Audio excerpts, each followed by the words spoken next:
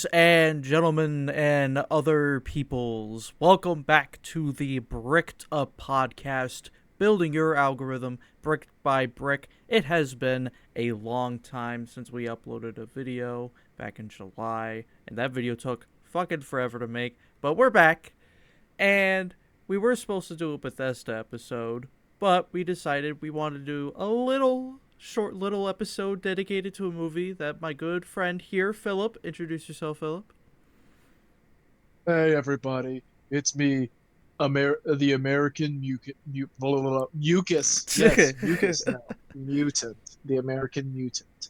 Underscores between all of those words. Mm-hmm. But yes, I watched Sinners, and so did my co-host here watched it as well. And it's a great movie, and such a great movie, in fact, that we thought it'd be great to do a mini podcast on it.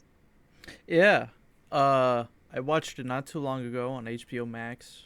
I heard of it as well. I didn't really see a lot of word of mouth about it. Well, technically I did, but I didn't see a whole lot of it. It was basically just a couple memes. Like one of them's like, how white people look when they walk up to a Taco Bell or a taco truck, and it's like the three vampire guys. Yeah, yeah. And it I first heard of it as just, oh, the new movie Sinners. It's a vampire movie that also had the same costumes that the Blade movie that Marvel was trying to make. They used their costumes apparently Really. because well, sad to say, there's only ever gonna be one Blade, as Wesley Snipes put it. I feel bad for I don't know how to pronounce his name, but the guy who's going to play Blade in the MCU Blade movie, kind of feel bad for him because he was stuck on that project for years, and it looks like it's Mm. not going to go forward, which sucks. It was supposed to be like a period piece, from what I understand, but Mm. yeah, either was a good call that they canceled it amidst everything, or who knows, maybe we could have actually had a good banger on our hands. We may never know. Yeah, but we got Sinners out of it, I guess. I suppose that is correct. It is a very worthwhile movie. I definitely, and I'm sure that my friend here Liam will also agree with me when I say this. Is like it's Mhm. something I think you should that anybody should watch. It's a great movie, a great vampire movie too. Um, I very much when I had told Liam about it, I had mentioned that it had very similar vibes to Dust Till Dawn by oh, I'm gonna fuck his name up, and I'm not gonna say his name because Liam will put another mark Mhm. up on the board because Mhm. I'll say the wrong person that likes feet. Is it it's Quentin Tarantino, right? Yes, sir. You got it Oh my god, right. I got it right. You got it I see. right. I don't know if I don't know if I fucked this up on a podcast episode before, but You have ladies and not. gentlemen, I think. I don't I think you have. oh for the past several times I have tried to talk about a Quentin Tarantino movie. I have always said Del Toro made that movie, in saying that, oh yeah, it's definitely a Del Toro movie because he loves feet, and there's a lot of action feet shots in this movie. No, no, yeah, No. but it's a great movie.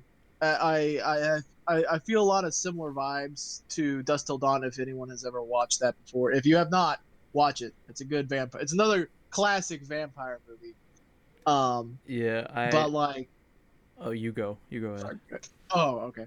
Um, it's just a very it's a good movie. I like the undertones of the movie. It's the backdrop of when it's set.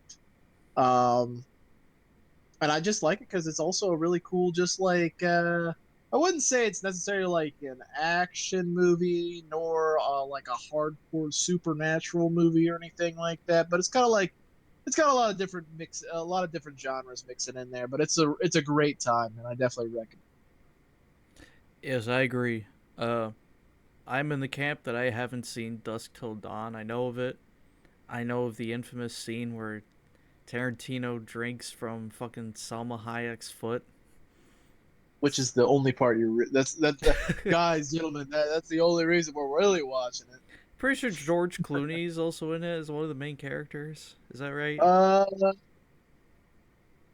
I can't remember if he also plays like, yeah, I think he might because there's like because Quentin Tarantino, and I think George Clooney both play like as the criminal guys, like Mm-hmm. the main criminal guys in that movie.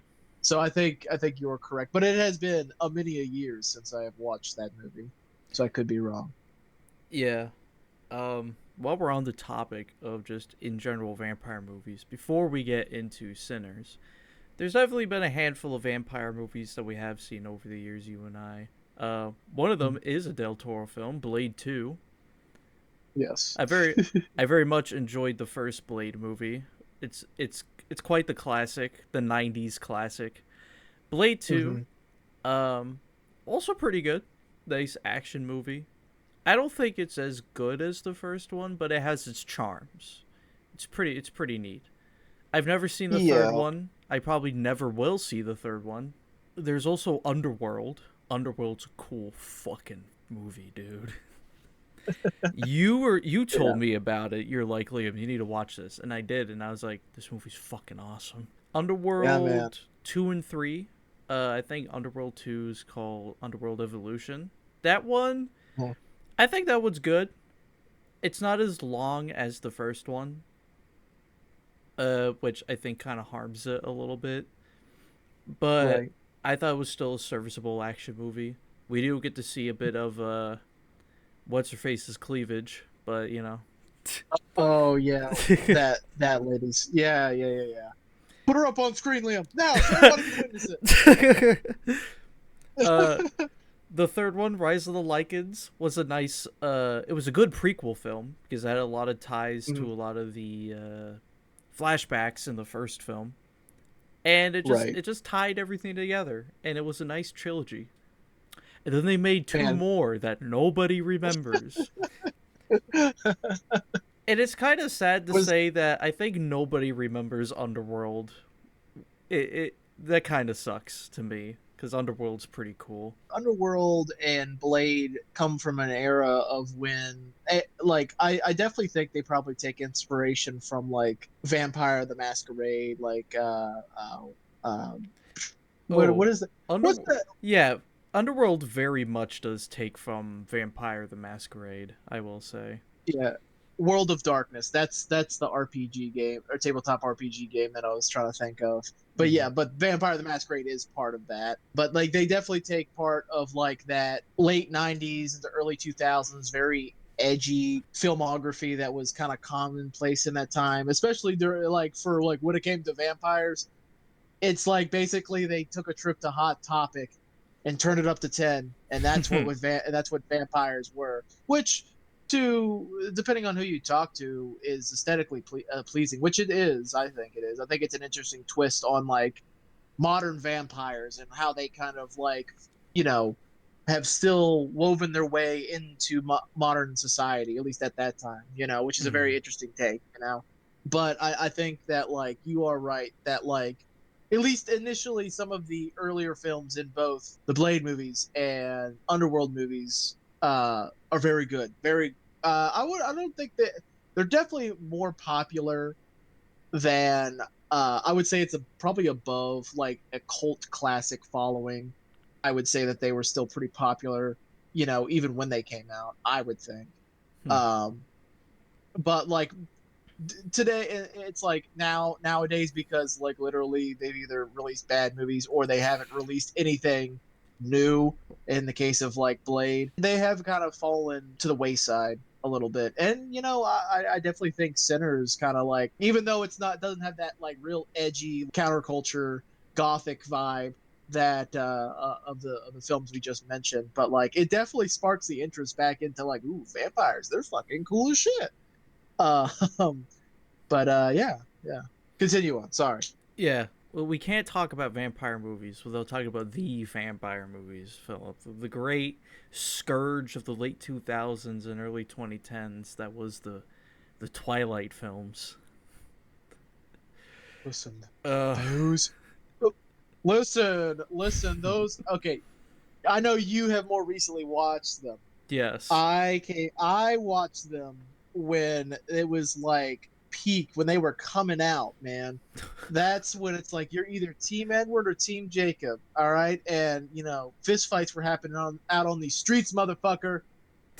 And I will I'm Team forever be Alice. All right, that's who I'm picking. t- Team Alice. Oh well, I'm Team Jacob. You can't tell me any different. Mm, Uh huh. Uh huh. snap. Uh-huh. Yeah, as Philip said, I recently watched Twilight this summer with my sister. We went into it like wanting to make fun of it, but no. Like when we watched all the Harry Potter movies, I got my sister into Twilight, and now I won't hear the end of it. Her favorite character is Carlisle, for those wondering, and mine's Alice. So there you go. Also, in the comment section below, please comment if you're Team Jacob or Team Edward, and that will decide your fate if you belong on this channel or not. Or if you're Team No One, maybe Team Charlie. Who Team knows? Charlie. Team Charlie, yeah. Wait, We're gonna go. what was the We're dad? Team Dads here. Team Dads. Yeah, Team Dads. Yeah, Team Dads. Like who was very just like oblivious the whole time of like what's actually going on with his teen daughter. Oh well, as soon as she turns 18, ain't my problem no more. She can run off with whoever she wants. And if you have seen the Twilight films, give the parody film "Vampires Suck" a watch. Very funny, absolute cinema. Let me tell you. Oh my god, I can't unsee the moment when fucking oh, I think it's the spoof actor for the dad and is it Jacob's father, the guy in the wheelchair? Yeah, and they're fighting in the back. Yeah, they're Wow. fucking fighting in the Yeah. background and fucking Jacob's dad gets out of the wheelchair and fucking beats his ass with it. The giant cactus, juggling Oh the my baby. god. Yeah. Man, one last vampire movie, one of my personal favorites, based on a book. Abraham Lincoln Vampire Hunter. Have you seen that? Oh, yes I have. What do you Yes, think? sir. What do you think of it? I wouldn't say it's like throw it in the trash, never watch it again. I would definitely give it a fair watch.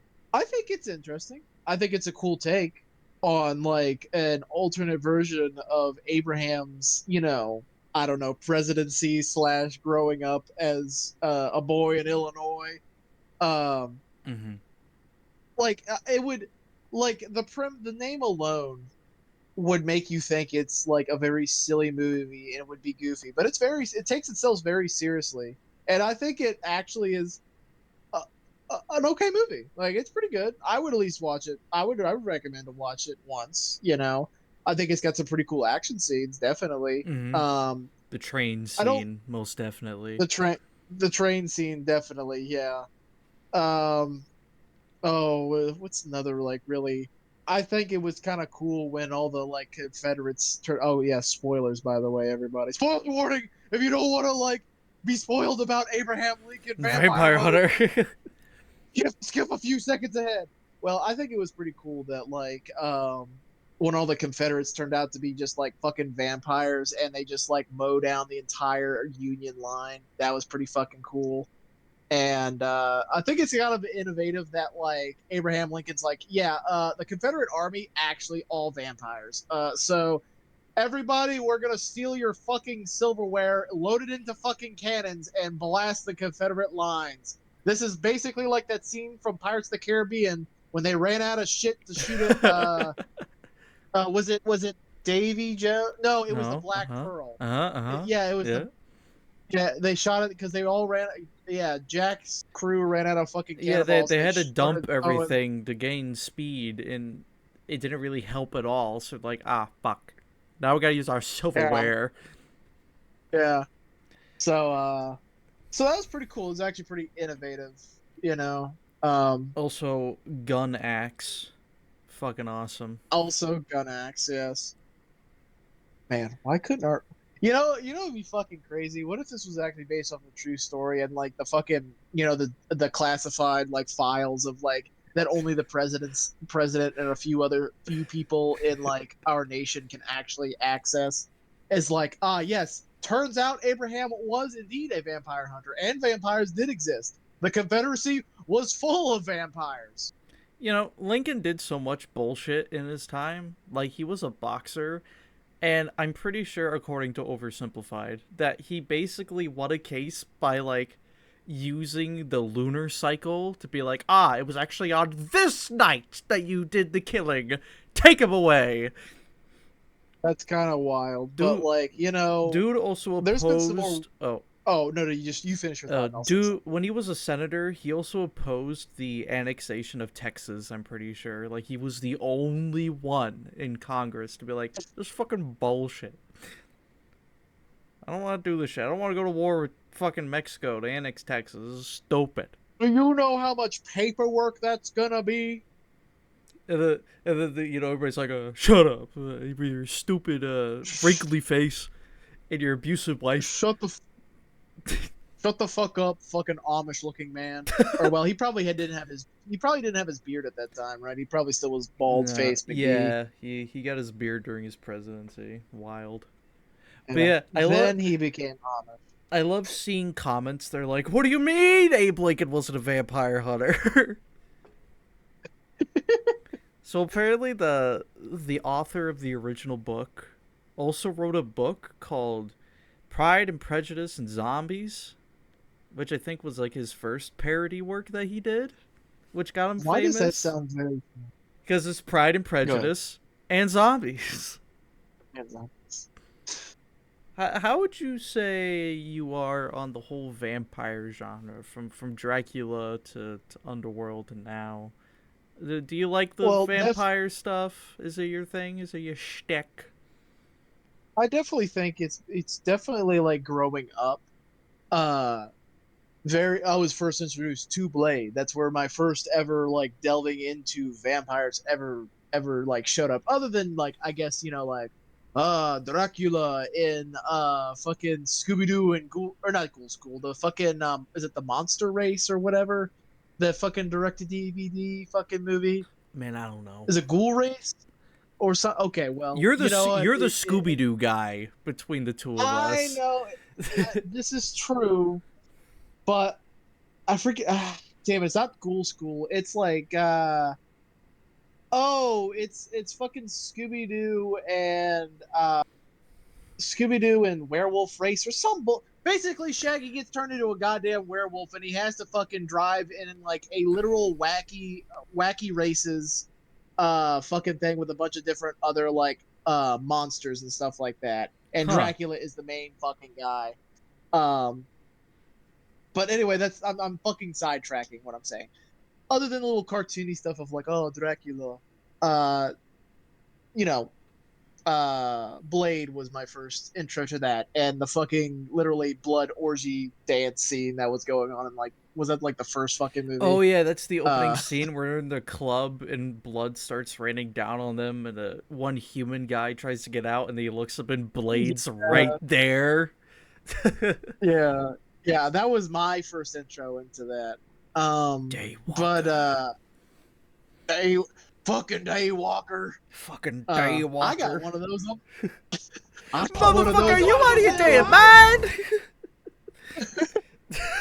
Um, but Underworld definitely is another source of like my early childhood like involvement and knowledge of vampires. And then like into my later years that I start kind of delving into like the actual kind of history of vampirism in our real world and like historical accounts of like vampirism. Hmm. And then in more and like very very recent times that I start kind of delving into like the World of Darkness and Vampire the Masquerade tabletop RPGs. Like never playing it, but just doing research on the lore. And it's I would say that I'm relatively pretty knowledgeable in the subject of vampirism and vampires and the surrounding works. I would say. Mm-hmm. Yeah, for me, I feel like Underworld was sort of my like because before that, I had like the kiddie version of vampires, I guess. Hotel Transylvania, Right. cartoons and all that shit. I feel like Underworld was definitely my main introduction to the more mature world of vampires. And to me, it's kind of like the men's equivalent to Twilight, I guess, because cool action scenes, cool actors. Selene is pretty nice to look at. A little bit of like romance. black leather suits, cool werewolves, I, this and that. yeah. Also tight black leather outfits. Yes, Should I say? And it. also scenes where water is involved. Oh yes, a lot of rain in the first movie and the third movie too. There's also Yeah. like almost Tom Clancy level gun porn in the movie. Oh. Yeah, I would definitely agree with that. Um, yeah. Yeah, definitely. But yeah, I think it's nice to broaden the horizons on the vampire genre because you could do anything with them. Make them cool, make them cringy, I Right. guess, if you're that kind of person who, back then, I definitely viewed Twilight as just cringe, but after watching it, I'm just like, it's a neat take on vampires, make them out of porcelain. Yeah, very interesting. They're Yeah, they have definitely. I like. I think it's interesting. Like, even though some people may think some of those more like early 2000s coming into the 2010s, like renditions of like or people's takes on vampire and lore around vampires to be kind of cringy, which I can understand. But like, I think we've gotten a lot of cool and interesting films on like expanding kind of like what you can do with the subject. Like, I think there was like, what's the name of the actor who played Alan Grant in the Jurassic Park movies? Oh fuck. Sam Neill. Sam Neill. Sam Neill did a movie. Like I would say it's like a B movie, right, or B rate movie, Mm. and it's about where basically the vampires have taken over the world, right? And like humans are very kind of rare now, right? And like, but the vampires have taken over society, right? They still kind of do basically what humans do. It's just like got a 9 to 5 fucking job, just kind of at night, Hmm. and like people are just hanging out on the fucking streets and whatnot. But the big issue is that like they still need a source of blood, right? But because most of the population has become vampires, their blood stores have dwindled to basically nothing. And like like they literally have like I think it's like a handful of humans left that can actually produce blood for them. So not only are they trying to keep those people alive, whereas previously they just drained them entirely of their blood and that was it. Now they're trying to keep them alive, but they're also trying to find the last bastions of pure or humans left on the earth to add to that bank. And they don't just starve, right? They become feral once they reach a point where when they've been starved enough of blood, right? So they don't immediately die. They just become these like if anyone here who's listening has ever played Fallout, feralization of ghouls, like where ghouls become feral ghouls and become mindless monsters. Well, vampires also kind of undergo something like that, similar to that in this universe. And it's pretty fucking wild because they not only kill, humans obviously, but they also try to kill regular vampires too, and will try to. There's a term. It's what's that fucking term when a vampire drinks the blood of another vampire? World of Darkness uses all the fucking time. Diablois or Diablo something with Diablo in it. Huh. But basically, yeah, they start consuming the blood of other vampires and killing them. So it's like a big issue. It's like if the world, it will basically destroy the entire world if like they don't find a better source for or more source of like blood. But I think that's a really cool fucking film. Interesting. I'll have Yeah. to I'll have to check it out. But yeah, for me mostly, it's like I am kind of interested in exploring some of like the classic stuff, like the Mm-hmm. original Dracula novel, because I've started implementing vampires into my own fantasy world because I could do something with that. I think the only other thing I could mention about vampires in other media before we get into Sinners, because we're about almost 30 minutes in and we haven't really actually talked about the movie, is The vampire counts in Warhammer Fantasy. I know you're not a big Warhammer Oh, Fantasy guy, but the vampire counts are quite interesting. gotcha. It's mostly old world lore that I know of. I don't know if they actually have any books or anything, but I'm not gonna spend too long on them. They have some interesting lore. Check out the Adeptus Ridiculous, or Realm of Ridiculous episode on them. Very very neat. I would definitely buy whatever books they have on them. But yeah, let's get into the meat and the taters of this here episode and talk about Yes. Sinners. By the way, I would recommend that anybody who is listening to this podcast, if they have not done it already, already have done so, go and watch this movie. It's definitely worth it. I don't think you guys would like get the same feel if you got spoiled on it because it's just Yes. that good. So go out there and watch it. It is on HBO Max. That's where I watched it. I also just bought it on Blu-ray because it's that good. So it's out in stores. Mm. The soundtrack, we are gonna give our compliments to the soundtrack because it is bumping. It's on. Yes. It's on pre-order Yes. right now. I think it's available digitally. It's also on YouTube, but physically it's on pre-order. And I'm a big physical nut, so I will definitely be buying that soundtrack. Mm-hmm. But yeah, go watch it. Anyway, I don't think we're gonna actually do too much on the overall story. Like, we're not gonna recap all of it. I definitely want this to be a shorter Right. episode. And, I only watched it once. Some of the bigger details are a little lost on me. Definitely have to give it a rewatch or two if we want to do a whole recap. But yeah, let's just do the broad Right. Right. strokes. This movie is Parent Trap with Michael B. Jordan. Yes. With vampires, Michael B. Jordan. Yeah. Michael B. Jordan does a pretty good job on like the films that he does direct. Again, like this is a like Oh, he did a great job with he this. didn't direct this one. Oh, he didn't direct this one? Is he No, just this is featured in it? he's the main lead. It was directed by Ryan Coogler, I believe his name is. He directed Creed and Black Panther. Gotcha. Okay. Both with Michael B. Jordan in them. So yeah, it's a Ryan Coogler Yeah. film starring Michael B. Jordan in two roles. I shit you not, Philip. I actually thought that they got a guy who looked just like Michael B. Jordan to be his co-star. So the whole time I was like, "Uh, are they both Michael B. Jordan, or did they get somebody Yeah. else who looks like him?" But then the credits came and it's like, no, they actually just did a Really? Parent Trap and did Michael B. Jordan twice. Yeah. Yeah, it's and at first I also thought it was like AI, like cuz I mean, they could probably do something with AI like cuz they've done like age rejuvenation with certain like, characters to make them look younger and stuff like that. But like no, yeah, they did a great job on like, having that same role.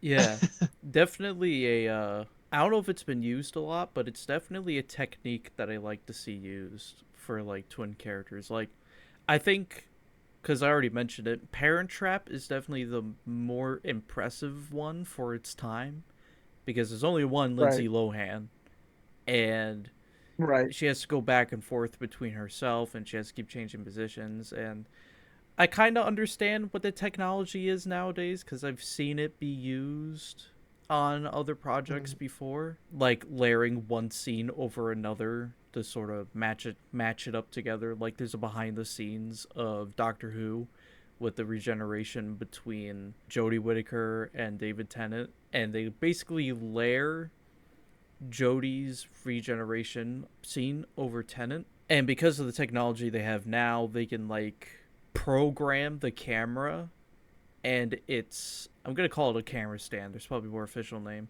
but they basically program it to follow the same routine that it did on the initial shot, so it matches up perfectly. Mm. Gotcha. I'm guessing back in the '90s it was a little more difficult because different technology, but Right. since technology has come so far in the filming world, I would guess that with Sinners it was probably easier to do, but maybe they still use the same techniques that they did on Parent Trap. Right. Still very It, it impressive. Very impressive. it's techniques like this that kind of make this film stand out more so because I kind of related to like a film that has like a unique filming style, 1917, where they did like it made it look like it was all filmed in one shot. Kind of a similar practice right here where they kind of what you were talking about using this type of technique or type of technology to make it a little bit more like having the same actor be two different characters but make it looks like he's two different people or brother or identical twins or whatever. So I think that's Mm. pretty cool. I think that's neat. And I think that already kind of gives me a point on the board for the movie itself. Mm. Let's talk about the time period it's set in, the 1930s, I want to say. Yeah, I think it was And like 1932 or something like that. I believe so. It has a very specific date at the beginning of the film. Um, Yes. it very much uses its time period well. The twin brothers, played by Michael B. Jordan, were veterans of the Great War, so they have quite the background, and that's applied to their background in the criminal underworld of that era as well. They bring up a lot that they have some connection to Chicago and even Al Yep. Capone, and even the refreshments that they bring out for their little club are more or less stolen from other mafia. I believe the Italian and Irish mafia. Yeah, yeah, the basically bootlegging to try to kind of jumpstart their new business down back in their, stomping grounds of I think it was it is it Missouri or Arkansas that they're in. I think it was Arkansas. Hmm. Like but basically deep south, right? Yes. Kind of cut out their own little territory there in like where they grew up because they know that the market is there, right? And they're hoping to cash in on like prohibition and bootlegging and stuff like that to make their own criminal empire or well not maybe not like crazy criminal empire breaking people's Yeah. legs and extortion and stuff like that, just simply running A bit. alcohol Definitely because a it's business. They're definitely starting up a business in this town. yes.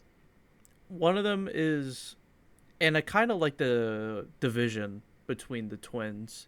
One of them is very much standing on business. Like there's a part where Mhm. one of the farm hands of the town pays with a wooden coin, and Yeah. one of them's very one of the brothers is very serious about real money. Like they can't accept that, but the other Right. one is kind of looking out for the people. Like they know the hardships that Yeah. they've been through, and he's like just let it slide, let them pay with what they got essentially.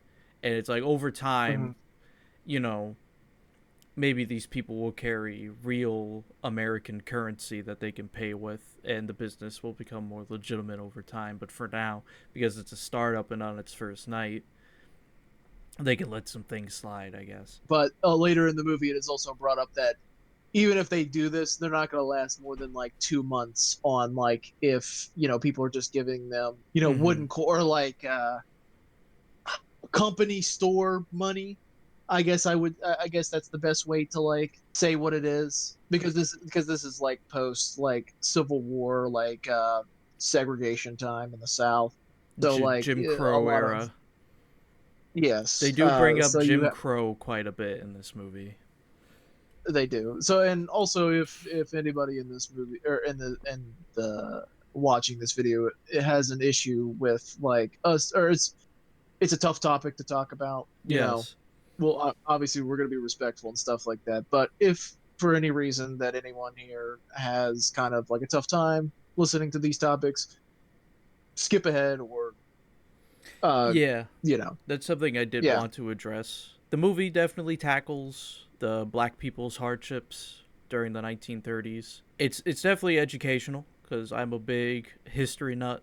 I love to learn more about history, American history as well. The from the inception of the nation all the way up to World War II was definitely my cup of tea for Mhm. world history. And yeah, it's it is a it's a topic that should not be taught. It should definitely be taught in any way, shape, or form. And But this yeah, movie is very respectful of everything that went on. But like Liam said, it does it in like it's like a very interesting movie that is fun because like the core aspect of this movie is like I guess a little bit of bootlegging and prohibition, but also vampires. But it also has the elements from that time period, but it does it in a very educational and respectful way, yes, but they do throw around a lot of like harsh language yes, and elements that of that time that are very kind of like, oh man, that doesn't make me feel good. So just be aware of that, and if it's too much for you guys, then skip ahead or don't watch. So yes.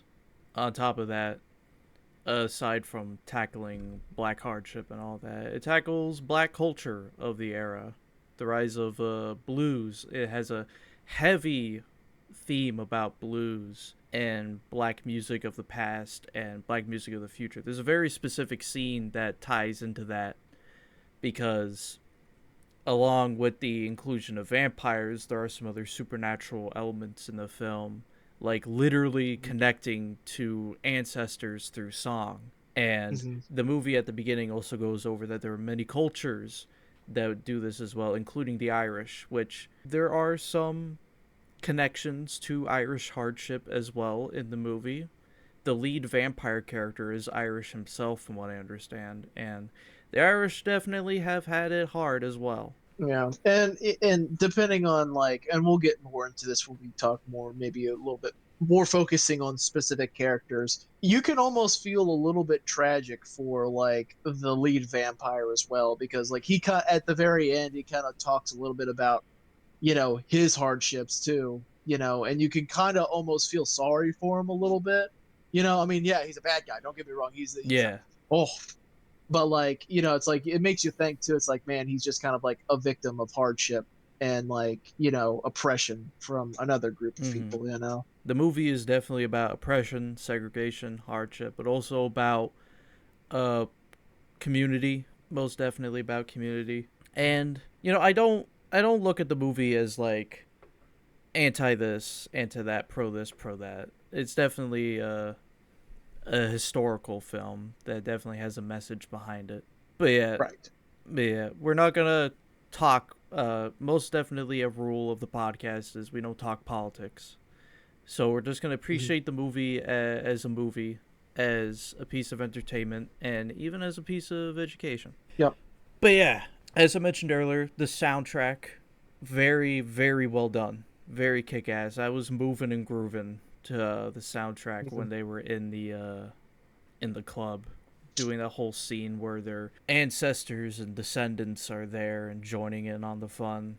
Yeah. Very much loved it. Yeah, it was very much like an eye-opening moment. It's just like, man, that like so much more magic in how like deep music can run. Like it's like a source of just like a tether to like the future and the past.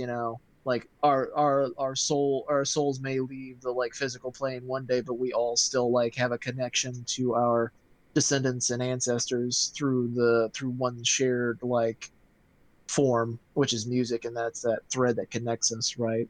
And I think that's like such a like interesting and cool like concept to like talk about, and that's covered in this movie. And but you are right, the music, just as music is bumping in this movie, and I love it, Mm-hmm. love it, love it, love it. The main soundtrack was done by Michael Goranson. I don't remember if his first name's Michael, but Goranson, who did Oppenheimer and The Mandalorian. Ah. So he's a very talented composer. Very much like his Mhm. work. What else? I'm trying to like tackle probably another theme, and that is loss. One of the brothers has a relationship with a I guess they call her a witch doctor a couple of times. Yeah, I think they call her a witch doctor, which So, but I think I would like I wouldn't say she's a spiritual. She's someone who's very in tune with the spirits and like the kind of like the spiritual shaman almost of like the mm-hmm, community. they dig into that part of the culture, which my main reference for that which might sound a little kind of odd, but what's the Salem witch trials? One of the plays about it has has a black lady from Barbados who is very much like a witch doctor type lady. Like voodoo. Voodoo, I believe, yes. Yeah, I don't know if they mentioned it by name in the movie, but there might be some elements. Sorry, we're not very necessarily like Yeah. educated in that aspect, like so please obviously we don't want to like disrespect anybody by like pronouncing it wrong or Mhm. misassuming something for something else, but Mhm. that's like the best explanation that we can give. Yes. I'd say it does tackle that part of the African American culture or the Caribbean spiritual culture. Like they Hmm. have a character for that. And she and one of the Michael B. Jordan twins has a relationship with each other. It gets kind of steamy in one scene with the two of them when they reunite with each other. Yeah, they definitely do. But Yeah. But yeah, it's actually, now that I think about that scene, remember when I forget, excuse me for like misremembering, because obviously they're twins, but I can't remember if his name's Stack or if it's Smoke, the one that has the relationship with the witch doctor mhm. uh, woman. But whoever it is, there's a scene where I don't know if he puts a flower or does something, but isn't there a small grave right there in Yes, front of her, like little that's Stack? what I was getting to, is that the Uh, two of them even had a kid with each other, and the scene where they reunite is quite depressing because they kind of talk about that. And at the end of the movie, before one of the twins dies, because there's a shootout with the Ku Klux Klan at the club at the end of the movie, and before he dies, he gets to see I guess like the ghost of his wife and even the ghost of his baby. He gets to hold his baby yeah, before he passes away and joins them. you know how I interpreted that? I like on initial watch, I interpreted that way differently because I didn't think about the small grave. I thought it was just like a memorial or something, not like necessarily like a grave of like a child, right? Hmm. I thought it was that they conceived when they had sex earlier in the movie, and that was their unborn baby that like that just happened to materialize in the afterworld too. And they're Oh like, oh man. my god. Oh my That's what I god, thought that was. Philip. Yeah. I'm just slowly processing that like that's fucked up. That's fucked up. Yeah, Damn. this movie gets, with its themes, it does get depressing here and there. It also Mhm. does have, as we mentioned, a couple of steamy scenes here and there. We're just gonna refer to them as steamy scenes, all right? Yeah. Bear with us. And I ain't gonna lie, dude. Uh, man, I forgot how you say her name. I forgot her name, but the love interest for the guitarist. She's absolutely beautiful. I will say she's a very What are you beautiful woman. are you talking about the woman that is married and who comes out to the nightclub? Was she married? Yeah, because she had mentioned like because they met at the like train station, right? And Yeah, and the guitarist was just like, "Hey, baby, you want to like come out yeah. to the club or whatever?" Yeah, and she's like, "Yeah, you best be watching who you messing with because I'm a married woman, right?" Oh, Which, like now that I think about it, there's a lot of like undertone of like why it's called sinners, right? All these kind of yes. like, at least when it's in reference to like the Christian or Christianity and stuff like that, the very sinful, lustful moments that every character in this movie does, very much. It's like we'll get more into that, but like it makes sense. But anyway, yeah, I Yeah. do agree. She's a very gorgeous Very, woman, very beautiful. even the woman that just happens to show up when at the train station, and he's just like, "Hey, Stack, there's a white lady looking at you really really closely." He's like, "Oh shit, Oh yeah, Haley yeah, she's walking this way." Steinfeld. Yeah, aka Kate Bishop, aka yeah, she Gwen just Stacy. Yeah, yeah, I'd say she's very pretty too. I will admit that. yeah, Couple of steamy parts. Won't get too graphic. Go watch the movie or yeah. look it up. I guess you know the internet's right there. To be fair, I don't think we ever get to see anything. I don't think No, there. well, You know, we get to you know, we get to see there it, is. but we don't get to see it. You know. Well, there is one. Oh my God! You know why? So there is a part where this. I forget his name. I can't remember if his name's Sal or not. But he's like one of like the guys that like is. He's basically the bouncer watching the door, right? Uh huh. Big overalls, right? Goes out to take a piss, and Oh he's probably yeah, and then the yeah, old guy comes in, and yeah. oh, the guitarist has to go check in on one of the twins because he's in the closet with Haley Steinfeld, and they're doing it in there, and then he opens it up, and you just see Haley riding him, and then he closes the door, and Yeah. he's like, Oh, he goes back to the other uh, twin, and he's like, I'm not getting involved in that. It's no, it's not the scene I'm talking about. It's the Mhm. scene when the guy goes out to take a piss, and you can obviously see his dong, like the Oh, tip of it while he's taking a oh piss. yeah. I'm just like, oh, I could barely see anything. It was just stream of piss, dude.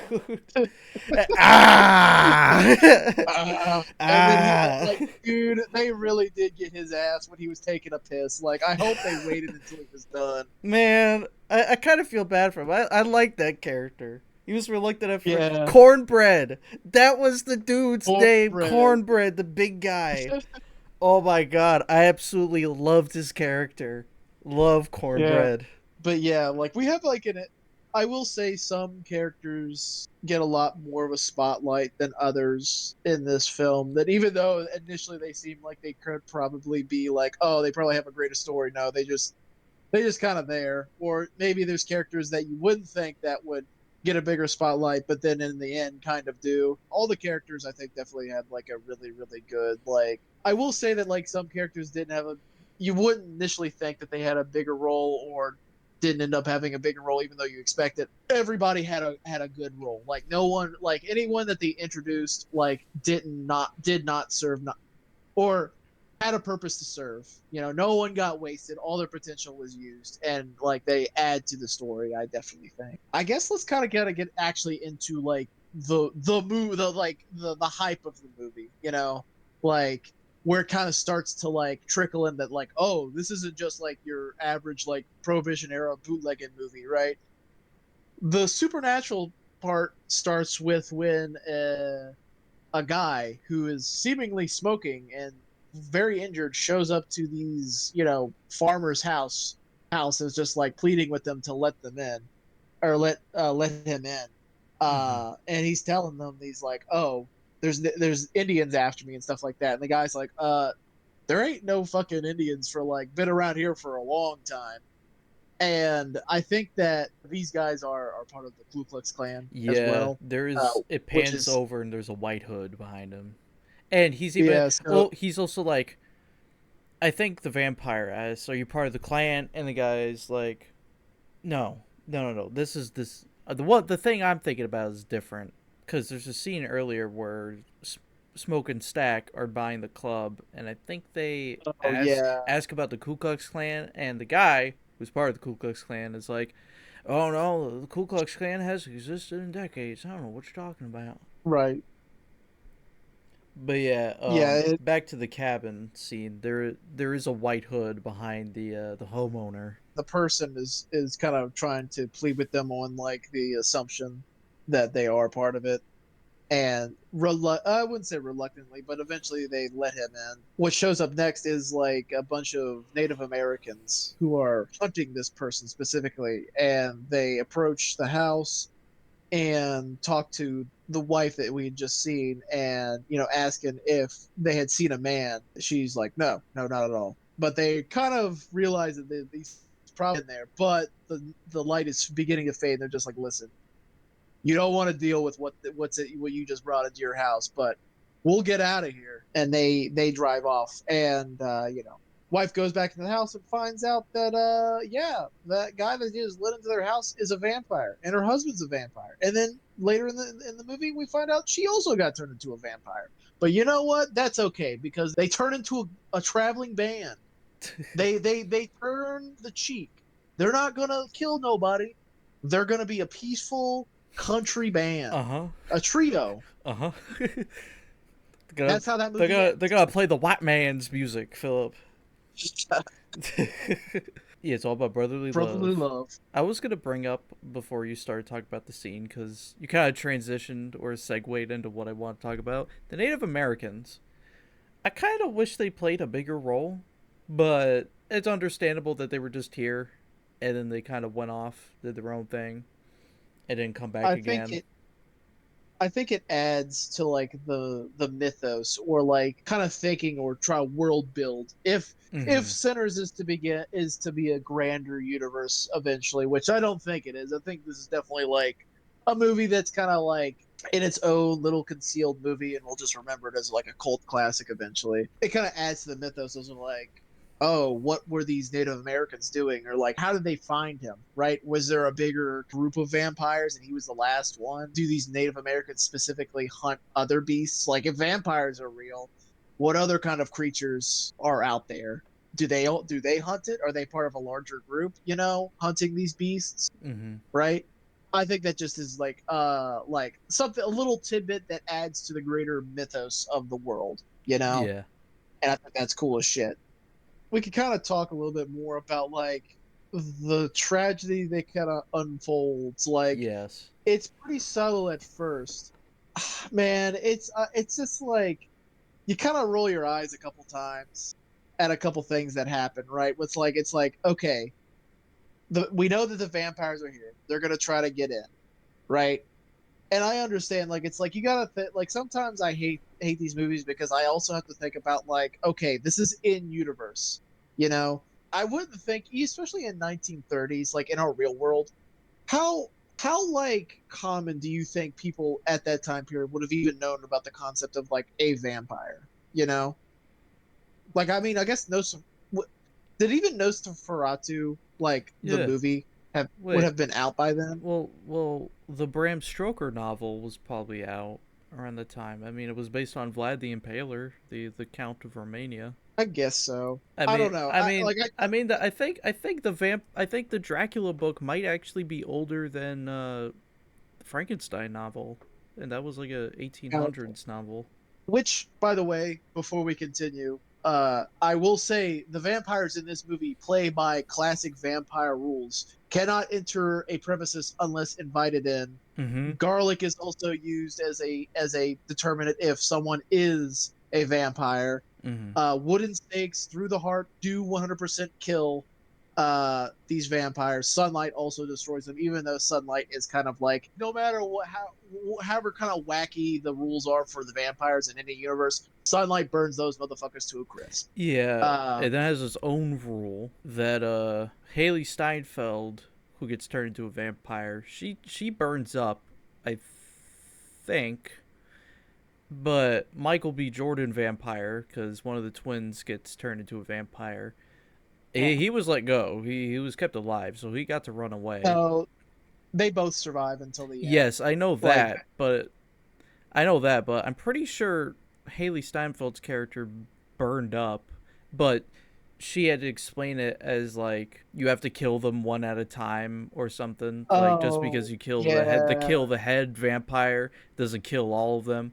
So excuse me. So right. you have to go through them like one by one or some shit like that. There's a few concepts to these vampires, or at least one major one that I noticed that I don't know, like if it's a rule of classic vampires or if it's just something that just got made up. But like they all kind of like they have like a hive mind, like they all know each other's like deepest thoughts and stuff like that, or like memories and stuff like that. They all share the same pain, or at least deep pain. Kind of going back to like my original thought, I think it was cool that it's like okay, they're not letting them in because like I get it because like they're just like even though they aren't really the greatest, like obviously they don't play the same vibe of what's going in the club. They're also like, yeah, you guys are white people. Like, no, you can't come in here. This is Yeah. like just for us. Um, With the exception of but Haley, I because she's like quarter she's black, grandfather thing going on. she's mixed, but she's also accepted by the community as Yes. like a just yeah in general. I think it's interesting that she goes out to try to console with them. It's just like, well, they do have money, so like they're willing to spend it, and obviously whichever of the brothers is like, we stand it on business. This is also a good opportunity to make more money, even though if it's just one night, right? Mm-hmm. But then they kind of start to kind of show their more vampiric side and kind of be creeping her out and shit like that. And then she pulls a gun on him, like, yes, this isn't some just like helpless dame, right? At first. And then she's walking away. And then motherfucking Irishman decides to fly right at her. I thought that part was a little goofy, but at I the did same too. time, I was like, oh. Yeah, like it was both comedic and kind of horrifying at the same time. I also think they do really good with like the little subtle details of like the vampires, like the glowing red irises and stuff like that, and like the subtle like drooling that they do. Oh, yeah. Which one of the brothers is just all into. He's like, "Oh, baby, you Oh drooling?" my And it's like, god, that part like kind of grossed me out. Not gonna lie, when he's like, you drooling, and she's like, you want your mouth, baby? also, You want some, baby? and he's And like, he just "Yeah." opened it up, and I'm like, today's episode, the writer's fetish. Turns out it wasn't feet this time. It's just spitting in his mouth. Thank God it wasn't Um, teeth. It was a spit, regular fucking and eating pussy. That's all it was. yeah, or in this movie, the coup. The coup, yeah. Yeah. And then it kind of goes downhill from there because, like, she goes up to Cornbread and it's like, well, aren't you going to invite me in? And she's like, well, yeah, come on in, right? Because, like, if you don't think about it, it's like that was a pretty good way to, like, get into that. Now, here's where I am kind of like, I don't know how the actual rules of vampire, like, the traditional rules of vampires work, right? If one is invited in, does that mean the rest can come in? Because I know that, like, later in the film, which we'll get to there when we get there, the Asian woman, which I forget her name, Mm-hmm. says, "Come on in, you fuckers," right? Which insinuates all of them can come in, therefore they can all come in, right? But like, if one gets invited in, can the rest come in? Or like, I guess I've already answered my question, but Yeah, I I just feel wish like that there's was some a general little bit better rules where it's explained. like if one person is addressed and that one person come in, if all of them are addressed, all of them come in, I guess. Right, which I guess makes sense. Speaking of, But I also oh, kind of you can wanted, go ahead. uh, I kind of want to see. I kind of wish they kind of gave us a little hint of like what would happen if they tried to get onto the premises without being like, do they burn up? Do they like die? Like what Mhm. happens? Like what prevents them? Like what rule prevents them from actually getting onto the premises? Like that's like it's such a strange, simple concept. It's like I just want to see what happens. Because Mhm. I guess that adds to the more like paranormal side of things of vampirism, right? Like vampires are both supernatural and realistic creatures, right?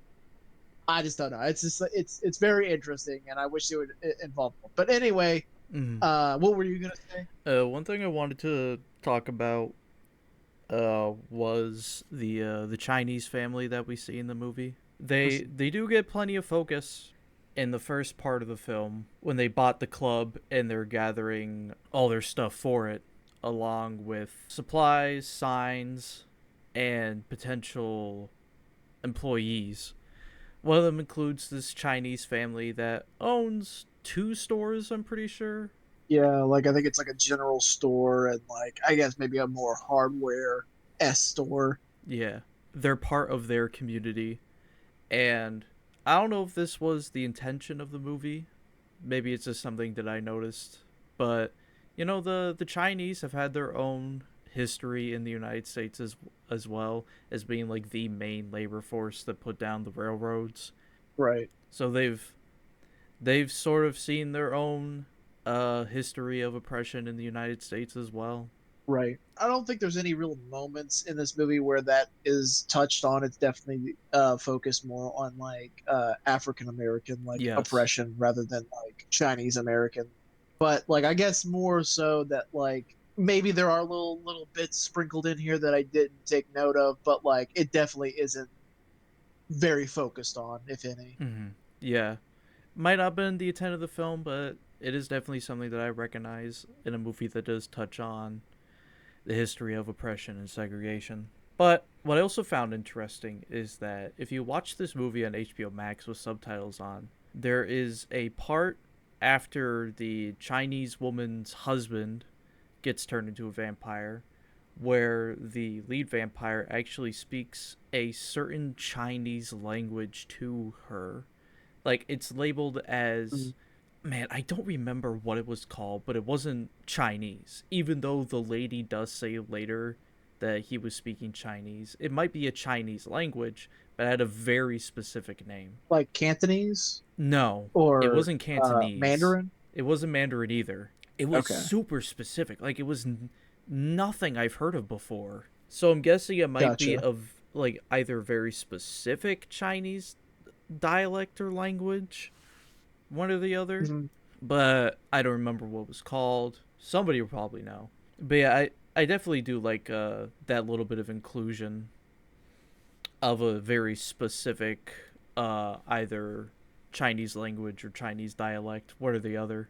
But Gotcha. yeah, that's basically what I had to say about the Chinese family. Although I think another thing is that part of me really hoped for the Chinese woman to live and get to her daughter, cause Yeah, cause daughter's still there at the store, and now she don't got any yeah, like parents, which really yeah, sucks. like it's insane to think about because like after I watched the movie, it's like damn, the ramifications of some of this of this movie is like yeah that like now we could assume that maybe there are other family members that could take care of her, but we had no indication that there was. It's like yeah, it's just like they're like I couldn't say she's probably in her preteens maybe Mm-hmm. maybe like 13 at most. Yeah, she's just by herself like with no one like and they don't really touch on that, but it's just something you got to think about like as the greater ramifications of this movie, you know. And I don't think that like how well crafted this movie is and how much they pay attention to detail. I definitely don't think they just forgot about her. It's just more of just like, yeah, that's a ramifications, and we'll let you get to that conclusion of what happened. And like she'll probably never know what happened either, like because her father was a vampire, so he got burnt to a crisp when the sunlight came out, and her mother was also burned to a burned alive. Yeah, Uh, yeah, but like and like we yeah. didn't see the corpse of her, even like even if she wasn't a vampire and like maybe there might be some bones left over, one of the fucking brothers or twin brothers cleaned up obviously because there's no bodies at the end of the movie anywhere. Yeah, she's probably like she either died or from just lack of nothing, even though she could probably run the store by herself because she seems like she could do that. But yeah, she's just gonna grow up to know that, like, never find out what happened to her parents. Unfortunately, Yeah. rip that girl. Yeah, there's probably somebody in the community that'll probably raise her because they all seem pretty close to each other. Everybody knows one another Right. essentially. But yeah, just things to keep in mind because I'm pretty sure when the vampires are trying to get inside and the Chinese woman was on the edge, that they even bring up the daughter as like, oh, she's a, Yeah. because dad turned and it's like, oh, she's vulnerable. Well, we could go into town Yeah. and get her and convert her into a vampire too. Which it kind of makes me think about greater too about like how bad of an outbreak is this gonna be if they like because like I know the main thing right is that the head vampire wants is it Sam? Is that the guy, the guitarist's name? I think I'm gonna call him Sam because I'm pretty sure that's what his name is. But Mm, like the main protagonist, which is a guitarist, he has a connection with his ancestors, descendants, and stuff like that. mm. Or uh, Yeah, and he like obviously basically the vampire. yeah, he basically sparked that connection and the lead vampire when they came up to the club and they saw the guitarist. They were like, "Ah, it was you. We saw that you were doing basically the whole supernatural gig when he was playing on his guitar, Yeah, his mighty powerful guitar. It's like we want you yeah, because the vampires cannot connect in the same way. Even though they can do mhm, song and dance and an Irish jig, they can't yeah. connect to their ancestors. So basically, Sam being the very powerful one and able to do that, they're like, we need you. We need your magic. We need your magic. We need your magic. Come outside. Which We need your magic.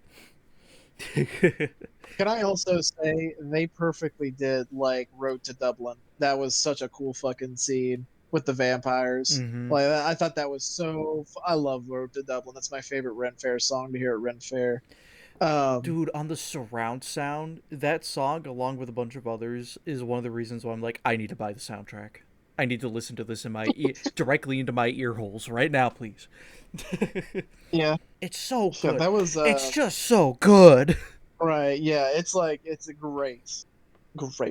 But yeah, it kind of makes me think about like the greater ramifications if the vampires were successful, right? Mm-hmm. How quickly, which I think they could definitely take over an entire town if they were kind of let out to like do their, because I know they had like a greater plan. It's like they were gonna like also consume like the clan as well, or all the members of the clan. At least that's what they said they were gonna do to kind of Mm-hmm. like coerce everybody else that was still in the club, to come out and join them, right?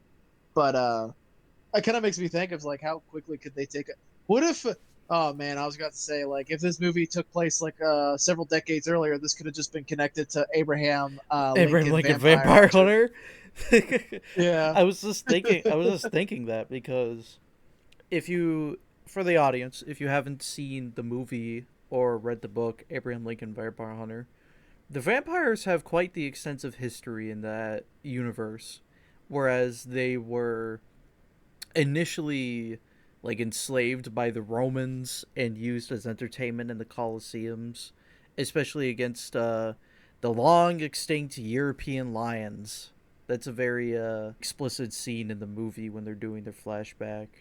They were basically an enslaved right. race for a long time until they broke free and started the whole underworld empire that eventually led them to the Deep South, where they then joined the Confederate States of America in a very explicit scene where the lead vampire is having a meeting with Confederate President Jefferson Davis. So yeah, very extensive Yeah, scene. so like you definitely could make the connections if you really did some like head canon.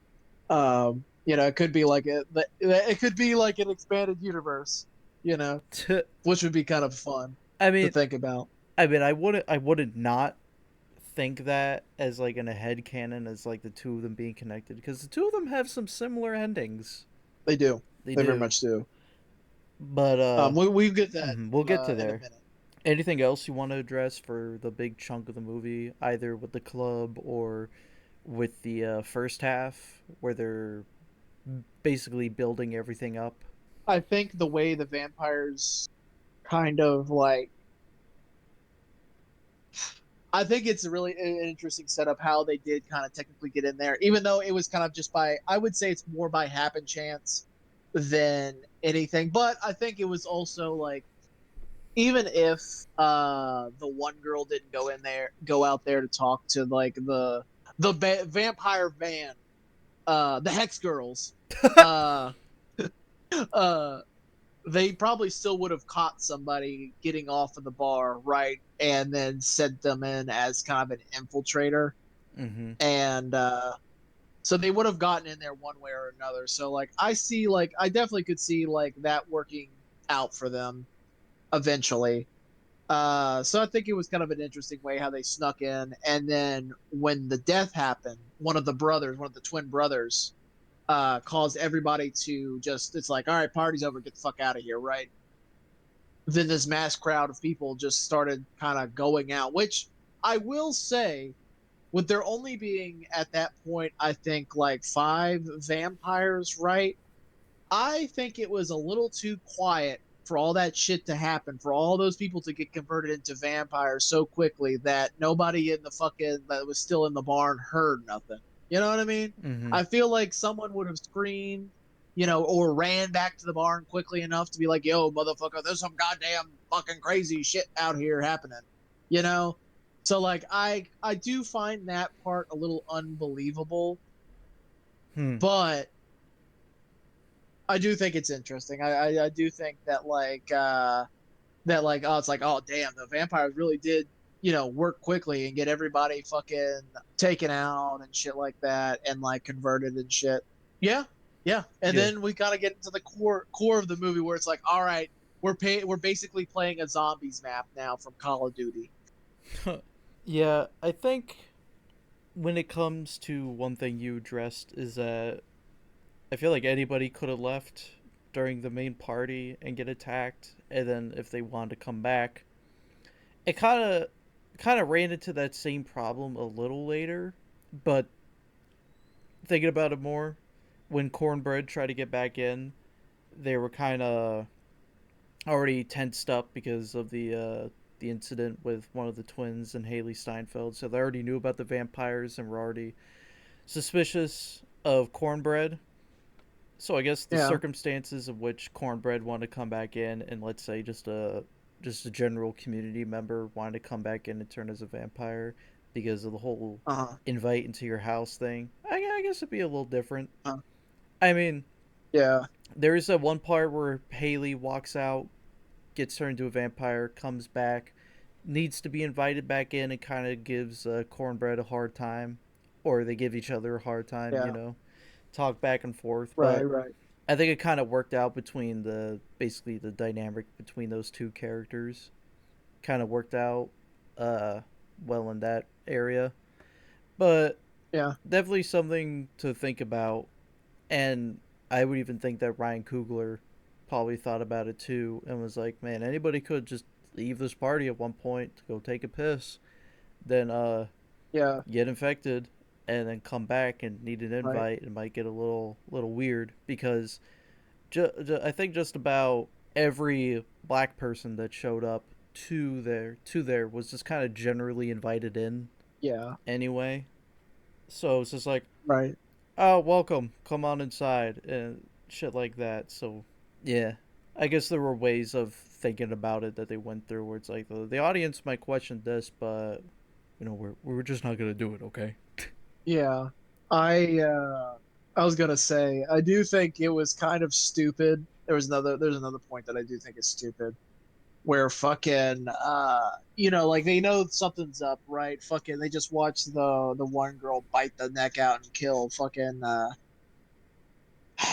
want to say it's Stack that got Let I me don't let me look it they're up. but one's called Smoke, one's called Stack. Sinners characters names. Uh, oh, this isn't gonna fucking help. Okay, well, while you're trying to figure that out, so when everybody's left, right, and they know some shit's up, right, Cornbread makes a reappearance, right, and he's like, "Hey, can I come in?" Right, and they're all just like, "No, you can't come in. Why the fuck would you like? You could just walk right in, right? You don't even have to ask, right?" He's like, "Well, but like," and he starts saying some shit that's like off-putting, right, and it's just like everybody's telling the one guy, "No, don't let him in because he's obvious something's obviously off, right?" But then Cornbread's like, fine, well, just give me my money and I'll go, right? And obviously he has his hand outside the perimeter of the house or the barn or bar, right? So the guy has to reach out to hand him the money, right? And Mm-hmm. I'm fucking just like putting my hands on my fingers on my temple, like, bro, you obviously know some shit's up and you're already not trusting him, right? You just literally watch that one girl bite the throat out of your fucking brother. And then you're going to be over here giving this guy money. Like, if I knew this, if like from what I've already gathered from this character, he's obviously somewhat smart, right? Obviously, he doesn't know the full extent of what's going on, right? Mm-hmm. But like, I feel like he could have just tossed him the money and been like, "All right, go on," right? Mm-hmm. Like he already was suspicious, and I just think it's so dumb. I think it's so dumb that he like fell for the most simplest fucking trap. Because Cornbread then grabs his arm and throws him out and tries to bite him. Right? I'm just like, oh my god, dude, that's wild. Like why would you fall for something so simple when you know something is up? That's just me. Hmm. I did that. That is like an eye rolling moment. It's like, oh, come on. But yeah, Yeah. that's just me. Yeah. Um, I know we haven't talked a lot about I guess the first half or the first third, but there are a few character moments that I kind of liked. A few wide shots, some scenery shots here and there.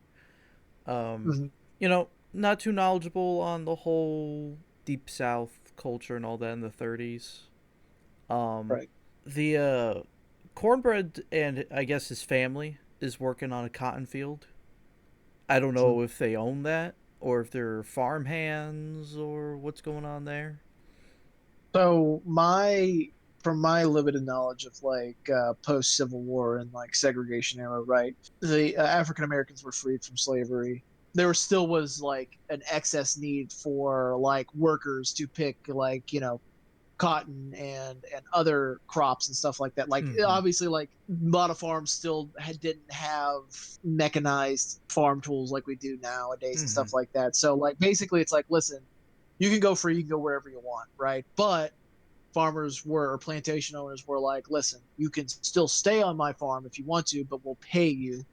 Basically, like sharecropping, Yes. where like they had to meet a quota, but they would get paid for doing their services and a place to live, that type stuff. Like basically being employed by former plantation owners and stuff like that. So that's kind of like Cornbread and his family are sharecroppers.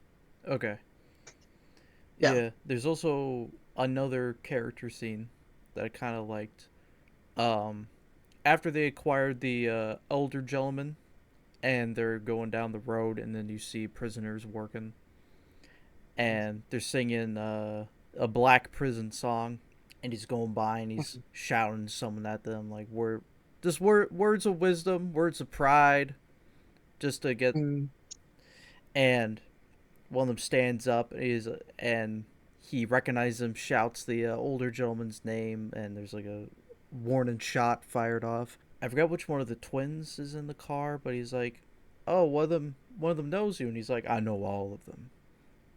It kind of gives a history for that older gentleman, yeah. and obviously he's probably been around quite a long time.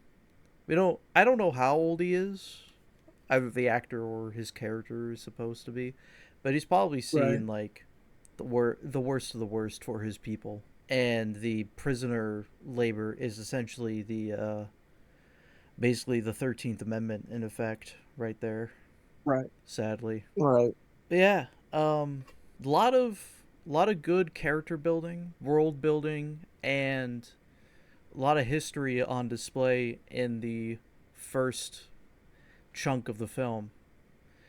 Yeah. It's just really good, and a lot of great cinematography, a lot of good wide IMAX shots. It's this movie kind of feels like a Christopher Nolan movie Mm-hmm. a little bit. It's got that. It's just got that element to it. Right. Um, There's a lot mhm, of different things for a lot of different people to enjoy here. yes, and I think the opening scene where the guitarist pulls in to the church that his father is a preacher for, because oh, his nickname's Preacher Boy. I just remembered. Preacher Boy, yeah. Preacher Boy. His father's the Reverend, and it it definitely sets the mood for the movie. That whole scene Hmm. where he's walking in with his broken guitar, all bloodied and tattered and everything. And it's like if you go to this Right. movie knowing a little bit about it, like about the vampires and the fight scenes, then seeing the opening scene, you're like, oh, this is right. Hmm. This is right Hmm. after everything, or maybe this is like amidst everything. Who knows? And it's like Yeah. that scene ends. Boom. The day before, and then we get to see everything Yeah. happen in one night, like it's a fucking Batman game. Yeah. Turns out this was just the precursor to Arkham Asylum. But excuse me. But there is the ending scene, which I guess we can talk about because I don't have much else to talk about with this movie. If I had seen it a handful more times, And if you'd seen it a handful more times, I think we'd had a bit more to say about it. But this is just a general review, general talk. The ending, Right, the right. ending scene is very interesting to me because it's like it kind of tricks you into thinking one scene is the end, and then it starts Yeah, rolling in the credits. At least like the yeah, the, the names of the actors, and then it's like Warner Brothers presents, and then the other production companies, and then just before the title comes in, you get like a good couple more minutes of movie.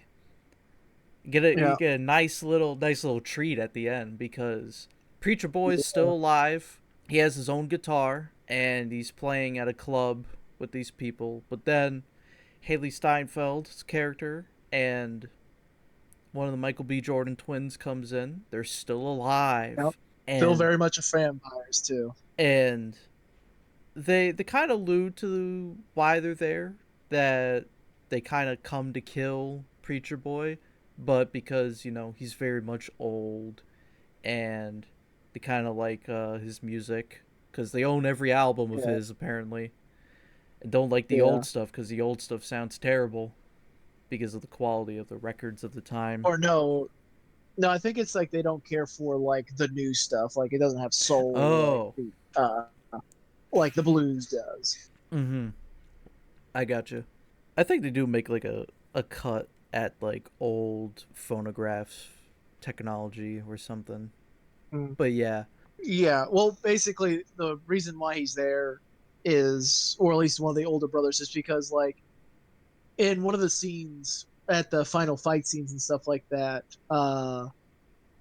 the brother that's still alive and it's not a vampire was Mm-hmm. about to kill one of the vampire or the vampire brother, but he made a promise like, listen, you let Sam or Preacher Boy go and let him grow old, Mm-hmm. don't bother him or anything like that. And then he comes back, and I think it's more. I don't think he was necessarily coming back to kill him or Mm-hmm. anything like that, but I mean, he did keep the promise of his brother asked of him because like this time jump is 60 years later, so it's in 1992.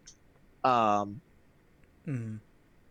but basically I think it's more of just like to let him know that he's still there, they're still out there, like not only not only his, like, I guess I forget if they're uncles, right? I think Oh, they're the stat cousins. smoking, or Smoke. they're cousins. Okay. Yeah, Smoke and Stack are his cousins. Yeah.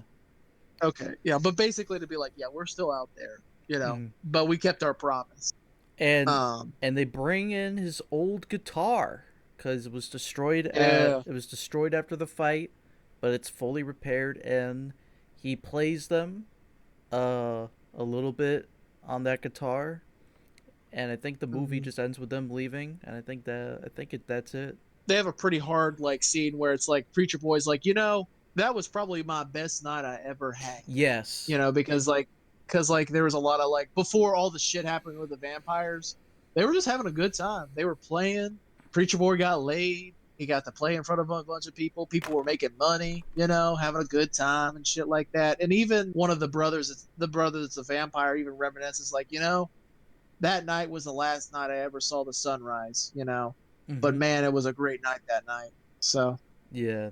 but yeah, that continue. that's where that movie ends, and we kind of brought up Yeah. that sort of a similar ending to Abraham Lincoln Vampire Hunter because the movie ends with the essentially the end of the Civil War, kind of. Lincoln is about to go to Ford's Theater.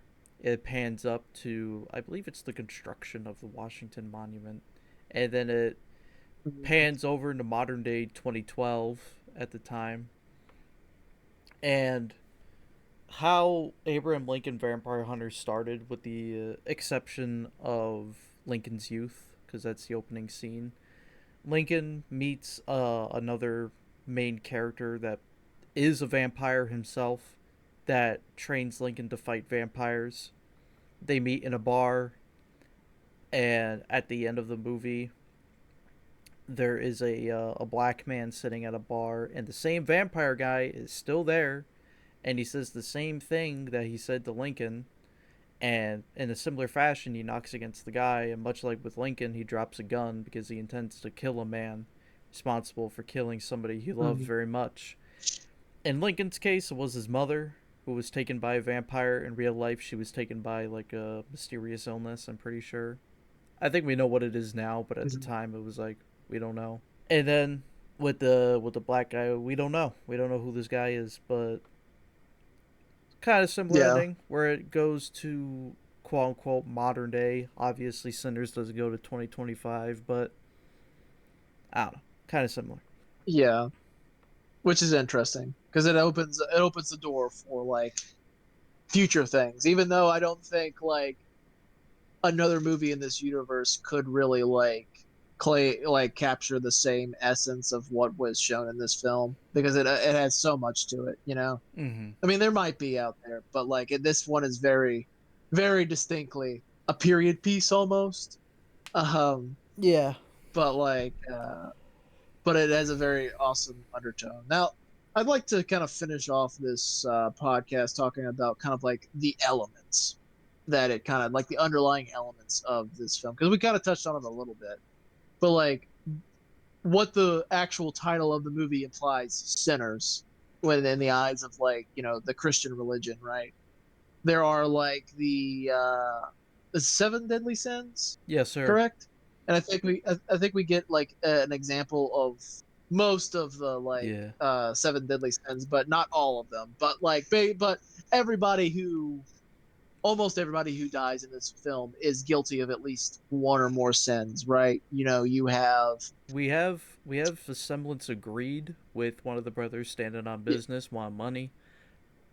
yeah We definitely have we lust. I guess lust in the subject of the preacher boy and that married woman Eh. doing it, and Hey, other Haley characters obviously. Steinfeld and the other twin doing it. Um, Envy? Would Envy be somewhere in there? hmm, would that be in the? Maybe not. Let's see. There's gluttony, envy. We said greed. We said lust. What's the other fucking three? Is greed and gluttony the same? Hold on a second. Let me just do a quick No, gluttony. Gluttony is not the same as. seven deadly sins.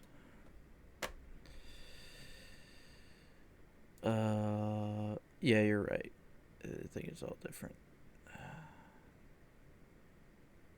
Oh, envy. I would say like the main vampire has envy because he's envious of, Yes, of Preacher Boy's like ability to speak with his past, and that's something he's very much wants. that's what I was thinking too. Um, That yeah. that the What's vampires might represent envy.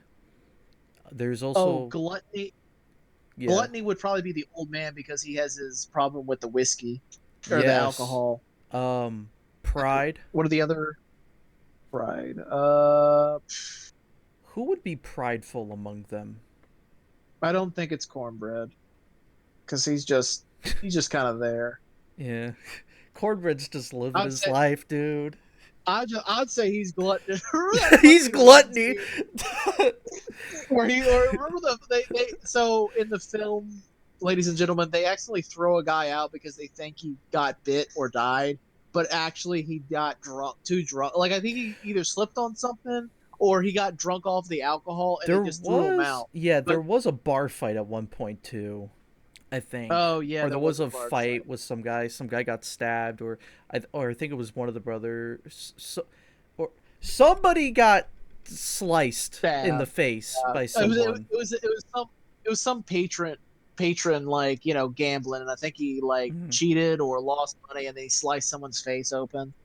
But but no, they throw this guy out thinking that he's either a vampire or he's already dead. But turns out he was just unconscious, and he's just like banging at the fucking door to let him back in. And then fucking vampire cornbread just like, well, what do we have here? And then he just fucking just right before fucking they open the door for him, he gets tackled by cornbread and just like has been eaten alive by fucking cornbread, and all the vampires are just like, yeah, he's just a little hungry. Uh, But yeah, Which I will say, some of these vampires very much are almost like zombies when they kind of like kill people. like they rip flesh and stuff like with their like teeth and stuff. I don't like I forget if they actually consume it, but like Hmm. some of these bite marks are definitely not just bite marks. These Oh motherfuckers are yeah. like, like L- eating motherfuckers. like the bite mark on the infected twin is like just big Yeah. fucking gash, dude. Man. And fucking Cornbraid basically ate half that one guy's fucking face. Oh my god, the Uh, scene where the guy like gets revived as a vampire and the head vampire is like, "Hey, welcome, join us. Welcome." I kind of chuckled a little yeah. bit. Welcome. Welcome. Um, Yeah, but yeah. who would be prideful among the group? Uh, W- what's the other? Oh, Wrath, sorry. Go ahead. Wrath and Sloth are the other three. Uh, I don't think anybody really is sloth or lazy in this movie. And Wrath, I mean, that could be anybody because there's maybe. I don't think all seven need to apply, but we do have a good chunk of we do have a good portion of the seven deadly sins present. Right, or just sinful in general. Yeah. You know. Lust, gluttony, greed, and envy are definitely present. Right. Um. But yeah, like it's very much just like it does they do play on the name. The name Mm-hmm. isn't just there for just shits and giggles. So Yes. there's a lot of that influence, and also like another thing I want to touch on, and I said this earlier about like the main vampire. You kind of feel bad for him a little bit because he also like at the core he just wants to like even though like it's this affliction that he has like as being like the head vampire, he was a normal person too at one point. He had a family, however long ago that was. And it kind of like I think he kind of like, he doesn't say like because the Irish have been oppressed for a long time in many different 800 centuries. years. Yeah, but I think he might specifically be talking about like was it King James and the Tudors that hooked up I believe so. a lot of I the Irish? I think that's what he brought up at one point. I don't remember.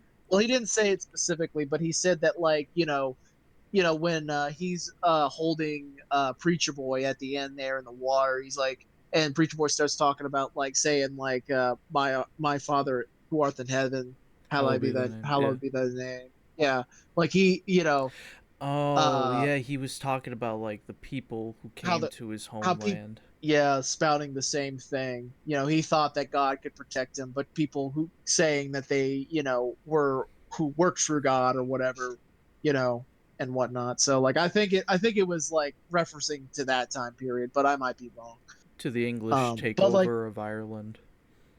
yeah, so like it could insinuate that he's been around for a lot longer than just simply being an Irish immigrant at some point who got fucking bitten by vampires or some shit.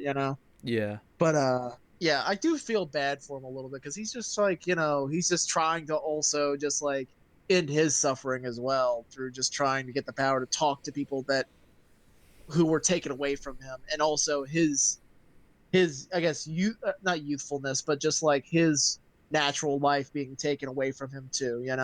It is very interesting, Mm-hmm. and a lot of and it's just like he's like, and like you can understand him a little bit. I also really like the his final form where his like elongated fucking fingers and shit like that. It looks like the real vampire, like the demon vampire that he Mm-hmm. is, like starts coming out at the end there. That was pretty fucking cool. Mm-hmm. But yeah, that's all I got to say about Yeah. Sinners. I guess the last thing I'll say on that scene, the fire effects as he's getting burned up, pretty Oh yeah, cool. Pretty cool. yeah. Him getting sucked into like a fucking fire tornado as his damn full soul gets He's, taken away, he's going Super Saiyan. literally. But yeah, Do you think they fucking the one brother and Preacher Boy just see the fucking health bar fill back up fucking stage Dark 2? Souls boss Yeah. Fuck. starts playing Bort of the Boreal Valley. Oh! They both fucking Dark Souls roll away. Cornbread's fat rolling in the bag.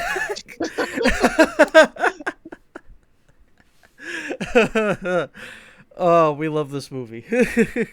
Yeah, this movie is great. I very Yeah. much recommend it. I mean, I know that we kind of hit the key points, but we also left out quite a bit too. Mm, Um, so like you can thoroughly enjoy it if you decide to stay with us, which we are thankful that you guys stayed with us through the whole yes. thing. Yeah. Maybe at some point in the future, if we watch it like 100 times again, maybe we will. We'll do a deep dive, 4 hour video. I don't know. 4 hour video. Oh, speaking, the one final thought. I think this is. I was thinking about it earlier. I forgot to bring it back up. You know how this could be connected to Abraham Lincoln, vampire hunter? Hmm. What if, because like this ends in 1992. What if like Preacher Boy was playing in the club and then fucking all the blood starts raining down and fucking Wesley Snipes breaks in? Yeah, like technically Blade's also part of this and, universe as well. and I'm part of Abraham Lincoln Vampire Hunter. You just didn't see me. Yeah,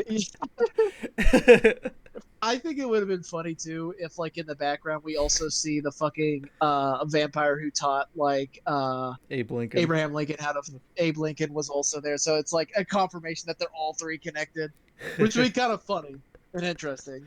Oh man. But anyway, I think this will definitely go down as like a cult classic when it comes to like vampire movies to watch. Definitely recommend it.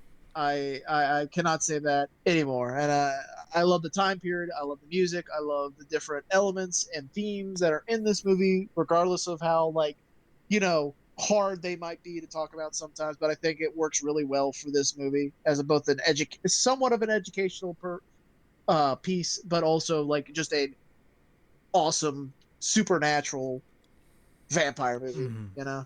yeah. My sentiments exactly. Well, we probably will return to the vampire genre again at some point in the future. I believe Underworld is on our list of things to talk about, along with other 2000s classics alongside it, I'm pretty sure. Like, I think I listed that episode as also talking about movies like League of Extraordinary Gentlemen and the likes of that. Right.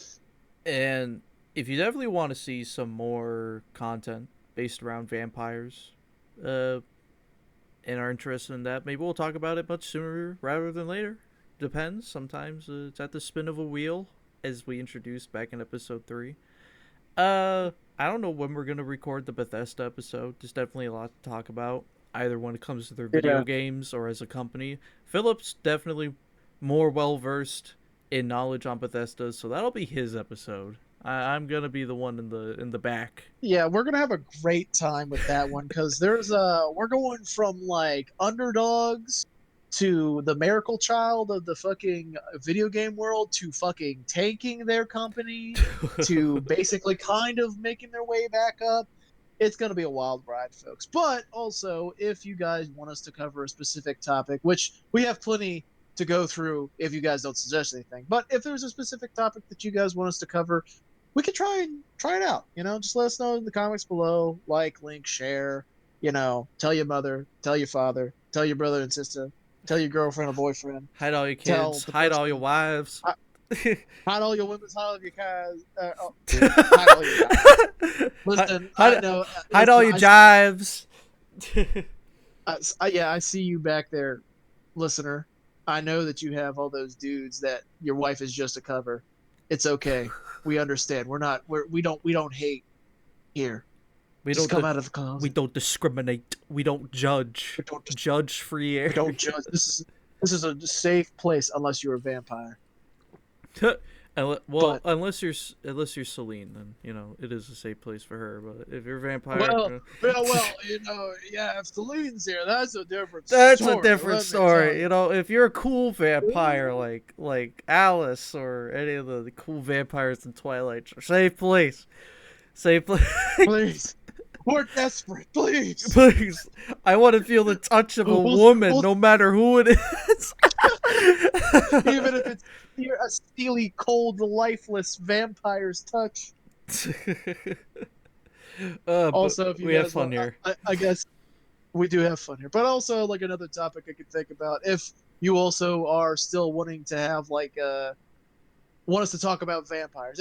honestly, actually, I know this is probably longer than we need to go, but like maybe we could do because Halloween's right around the corner. Maybe we could do like a couple theme podcasts around some of our favorite spooky movies or supernatural Oh, movies or definitely. something like that. Most definitely. So look forward to that potentially because I think we'll do a Halloween bash and hopefully y'all can join us.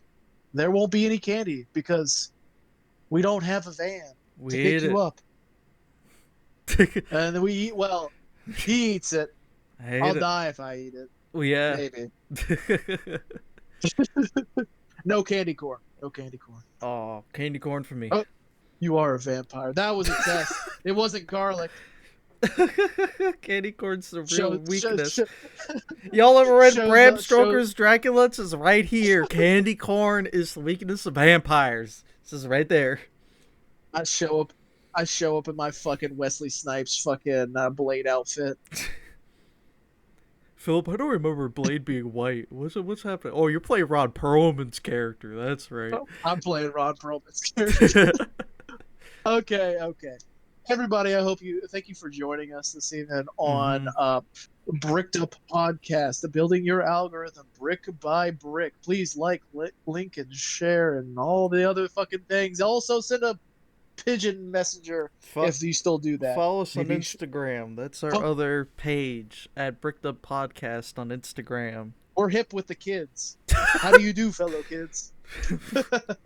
Anyway, I hope you guys have a great rest of your evening. Bye bye. Bye bye.